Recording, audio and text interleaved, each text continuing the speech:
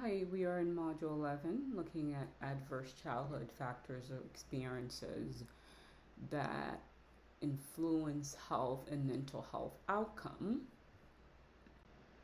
Social determinants include social environmental condition in which we are born into, circumstances in which we are born around and grow, and how these conditions impact our life and life trajectory. So quality of life that we have and how the trajectory in terms of from childhood to adulthood, how these experiences during childhood impact life throughout the childhood and also through adulthood.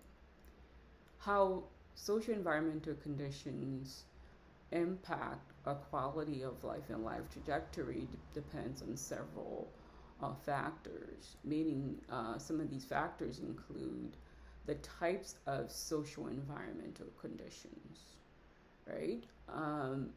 These environmental conditions can have a negative or can have a positive impact in our lives. So when we're talking about adverse type of experiences, these are negative experiences that are associated with poor outcome. But even with being exposed to social environmental conditions that are negative, however, the chronicity of the exposure, the length of the exposure, the timing of exposure can be important in terms of how it impacts quality of life and how it may have a long-term impact in terms of life trajectory. And also the potential impact of various social conditions or experiences also depend on whether or not there are intervention or prevention that are done to decrease the impact of those experiences, the impact of those conditions on quality of life. So childhood adverse experiences, as I mentioned, these are negative experiences that have been shown to be various, important risk factors for our health and mental health. There are three primary categories of ACEs: abuse, which include emotional, physical, and sexual abuse; household adversities or challenges, which include parental violence, parental substance abuse, parental incarceration, which in turn disrupt the family dynamic and in turn impact the children residing in the home. Physical or emotional neglect. These examples of this is having emotional neglect, not providing a nurturing space to help the child develop, lack of attention to the child's needs versus directly physically abusing them. Although neglect is a form of abuse, but emotional neglect versus physical abuse have different implications, especially legal implication in terms of legal charges that a parent can face if you physically abuse your child or versus acting in a way that is neglectful in terms of the needs of the child. However, these factors of ACEs, these categories rather of ACEs, are associated with various poor mental health and physical health outcomes. Social determinants of health play a role in adverse childhood experiences, these negative experiences that occur in childhood. And we see that income, stability, education, and employment are important factors associated, greater odds of having ACEs experiencing, these, for example, traumatic experiences during childhood, income, stability, and education, and employment have play an important role in their occurrence. Also, maintenance of ACEs, income stability in education. All of these things work to impact various important resources that play a role in, for example, in food insecurity, housing insecurity, and exposure to violence. Food insecurity, the children not being able to eat, can be traumatic. It also could have, especially early on during developmental stages. We'll go more about developmental stages a little bit later, in terms of the child, an infant being able to develop properly, nutrition, being able to eat consistently and having access to nutritious food, play a central role in meeting developmental milestone. Also, housing insecurity, living in a residence that is consistently not having to relocate due to lack of affordability. So the disruption in the child's residence also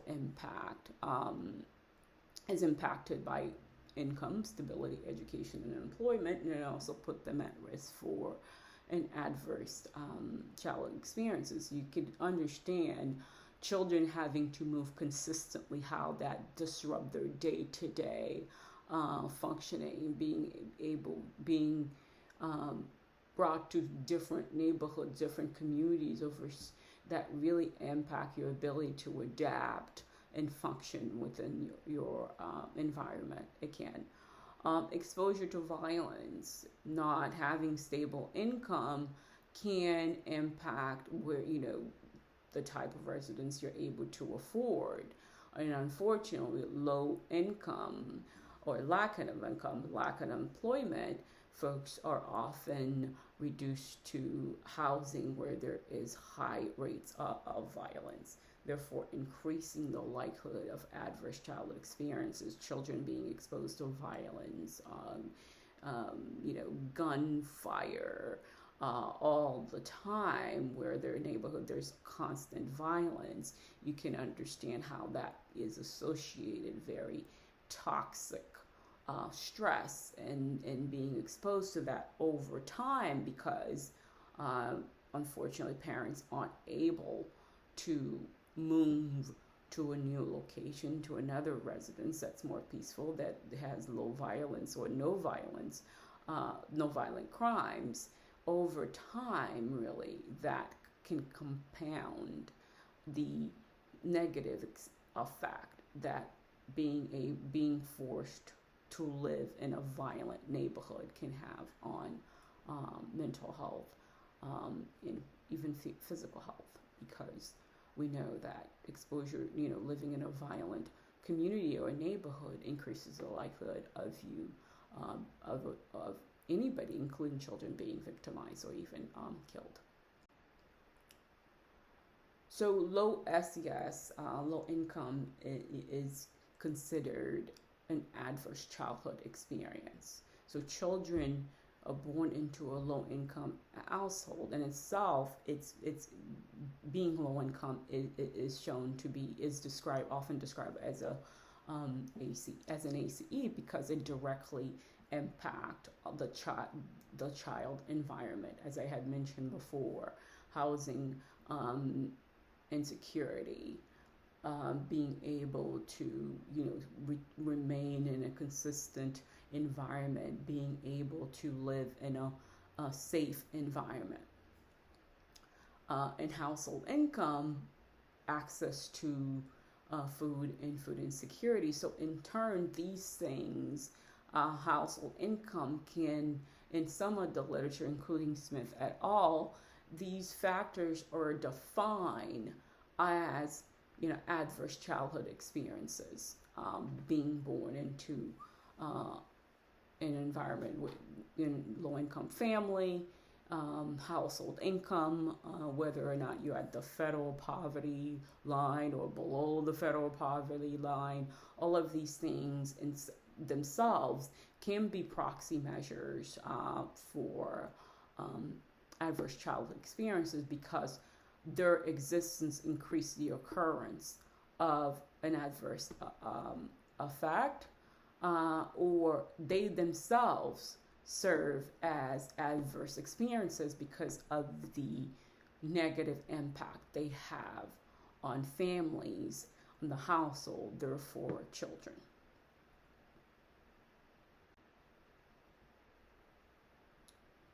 So parental conditions, when we went over the different categories of ACEs, parental challenges or conditions can increase the likelihood of children experiencing adverse experiences or adverse conditions in childhood and adolescence, and that can impact their lives even in adulthood. For example, food insecurity can impact developmental milestones. So the ability for the child, milestones, learning, talking, all of these things interacting with their environment, infants being able to impact their environment, their weight.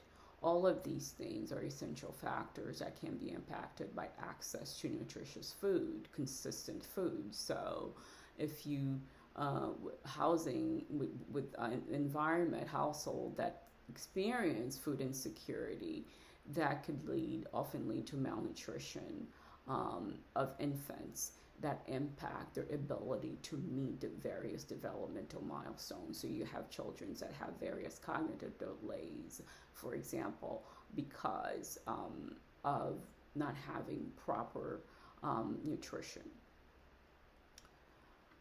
Childhood experiences, if not without intervention, can predict how we impact how our life progress or lack of progress into adulthood.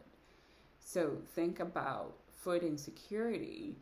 Oftentimes, there are several studies that have shown food insecurities to be associated with obesity in adolescent and adulthood. This is because the fear of not having food, not having access to food because of early experiences with food insecurity can influence eating habits, including overconsumption, and thus increasing the likelihood of being obese or of being overweight or obese. So early experiences, unfortunately, in childhood do not only stay in childhood. If not properly addressed, they can have impact of how we develop our life conditions or quality of life in adulthood. Early experiences are linked to various social, environmental, and biological mechanisms impact health. So we'll go over how certain experiences or environmental exposures, social impact, are associated with various biological mechanisms that in turn increases our risk for various conditions, including cardiovascular diseases. Parental difficulties can impact the experiences that children have. We've already determined that. But how also it determined in terms of a social and environmental factors that toxic stress, parents dealing with stress due to unemployment, due to poverty, can engage in unhealthy coping strategies to mitigate their effect. So oftentimes, one of the many unhealthy ways could be substance use, drug use, or just physical or emotional abuse of children because of chronic stress. So parents experiencing chronic stress, engaging in unhealthy ways to deal with their stress, such as substance abuse, or that can also lead to emotional, physical abuse of children. in turn really provide a canvas for or an example of how children should deal with stress.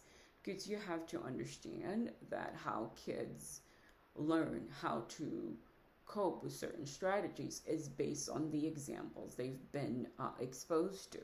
So how parents deal with stress in turn give a blueprint oftentimes how children deal with stress. So what we see is that parental conditions over time, you'll see there's intergenerational trauma.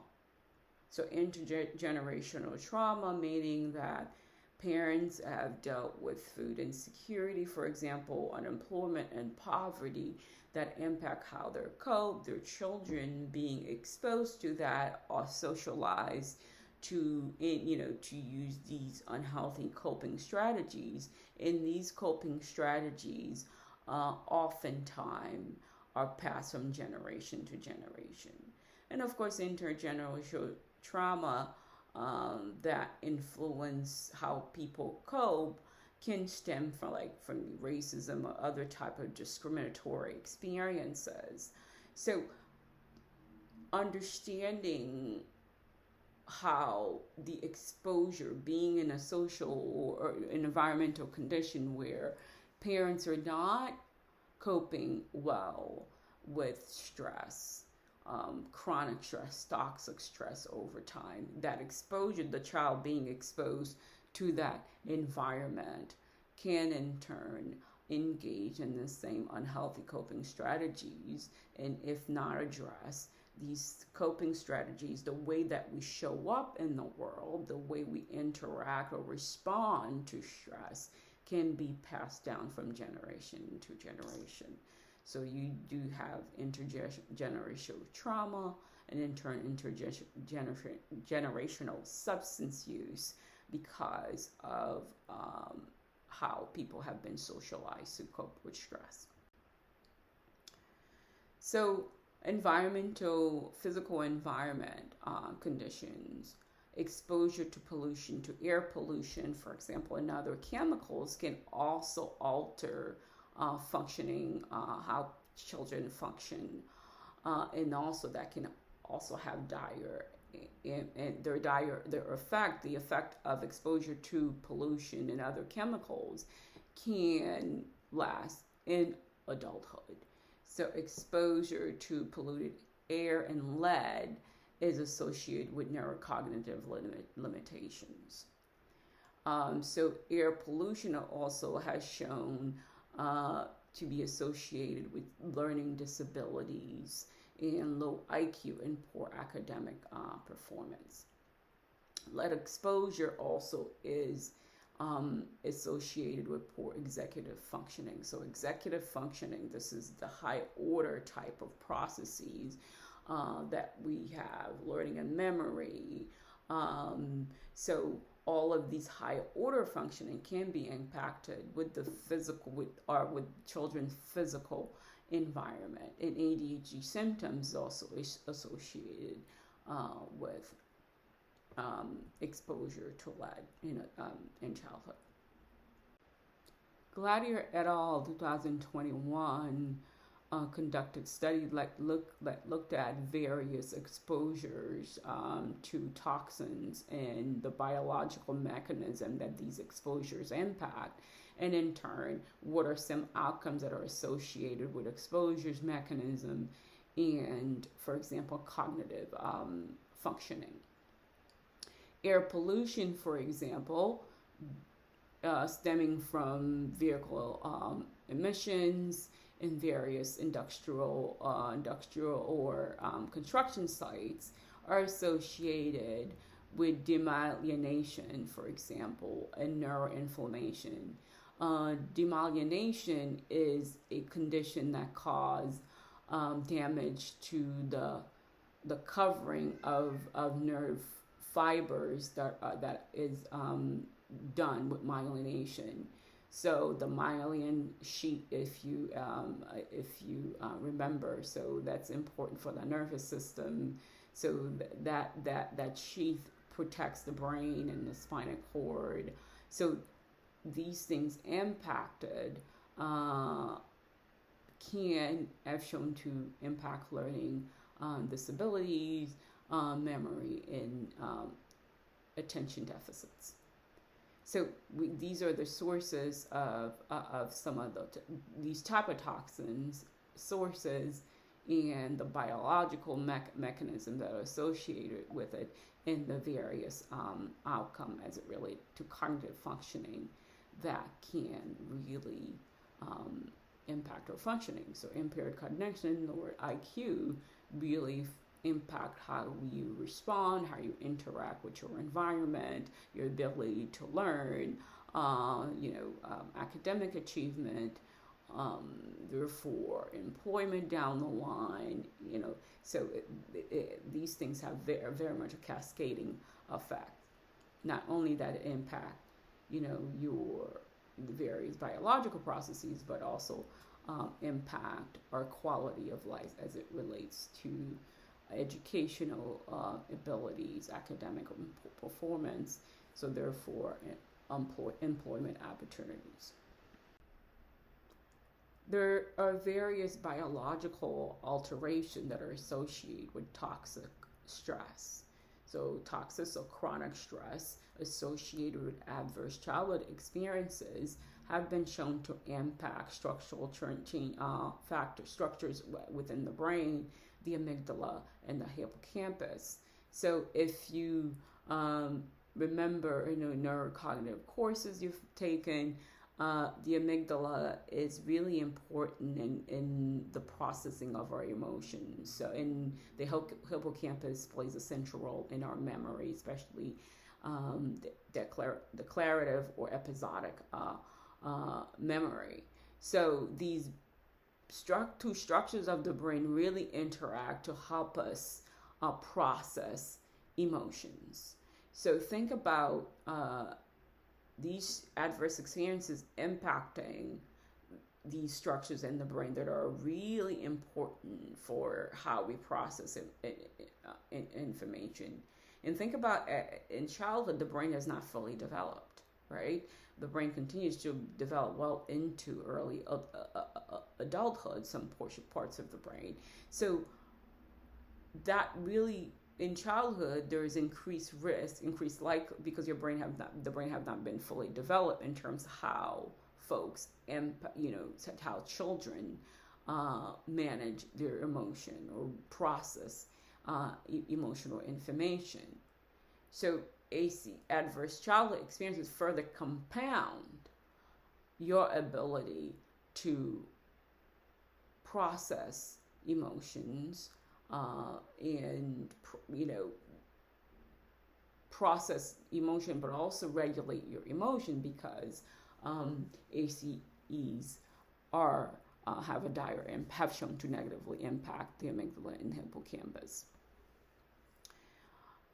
Additionally, elevated stress hormone ACEs are associated with increased or elevated stress hormones that are measured, for example, in the saliva or in hair, and that also lead to changes in the HPA axis. The HPA axis is the hypothalamic pituitary adrenal axis, and this is it's three different organs that interact with one another, and they're really crucial for how the body works to manage stress.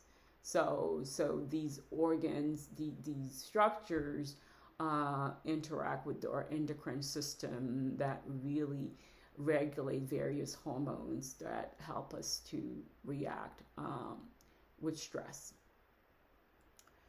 Furthermore, in toxic stress associated with adverse childhood experiences can impact inflammatory markers like reactive protein and cytokines are examples of these factors or markers that are impacted with adverse experiences in childhood. So negative experiences in childhood are in turn associated with comorbidity of psychiatric conditions in adulthood. Several studies, including Herzog and Shamal et al. 2018, show that higher risk for great comorbidity of post-traumatic stress, depression, and personality disorders with children that reported adverse experiences. Adverse experiences, particularly physical or in mental abuse, are linked with engagement in risky behaviors, including substance abuse, sexual promiscuity, and self-harm. In terms of chronic conditions, folks will report multiple adverse childhood experiences are shown to have greater odds of developing cancer. So with more ACEs, the greater your odds of developing cancer. Moreover, multiple ACEs increase the likelihood of developing hypertension, diabetes, and coronary heart disease. These are some, it's a table really showing how additive or cumulative ACEs or multiple ACEs right here, number of ACEs, how it relates to cardiovascular risk and different levels of cardiovascular risk, low risk, moderate risk, high risk.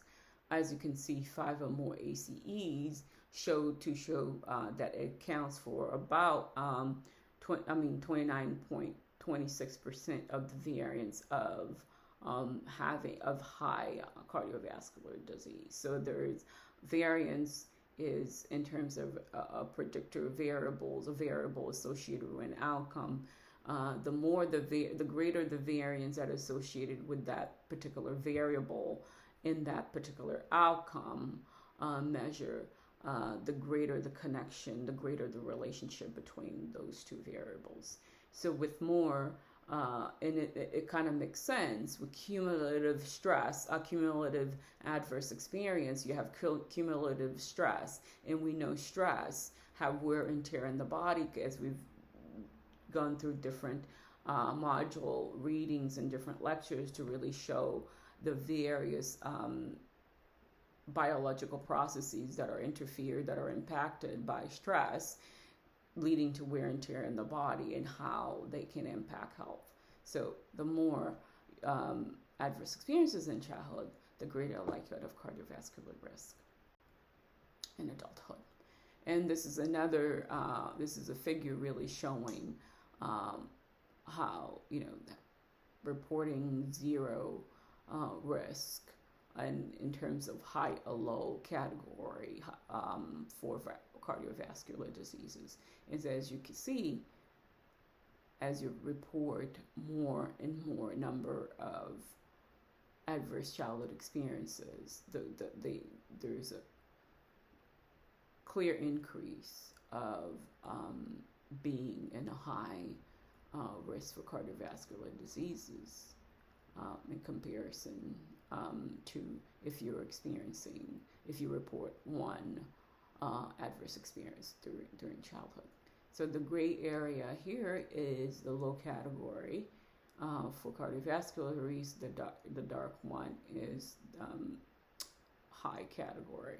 And as I mentioned, the more ACEs you report, as you can see, there is increase in high risk for cardiovascular diseases. This is a study by Jackson et al., and it really shows number of ACEs and risk for cardiovascular diseases. There's low, moderate to and high. In this table, it's looking at moderate cardiovascular risk with the reference group being low and high cardiovascular risk with the reference being low. This is a type of, if you're doing regression models, there has to be a reference group.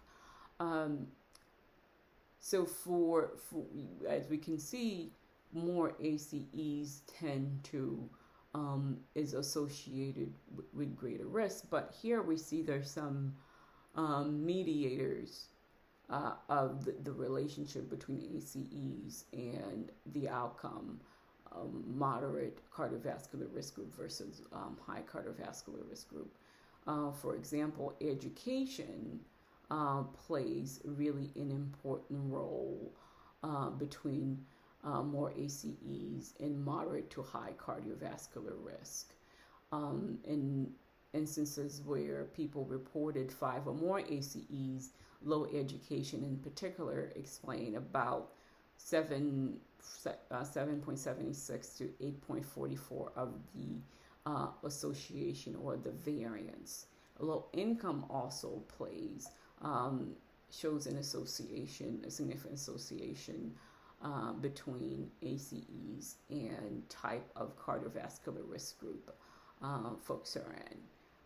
Depression also is a significant mediator of that relationship, of the relationship between those ACEs and whether or not that increases your risk of being in high or moderate cardiovascular risk.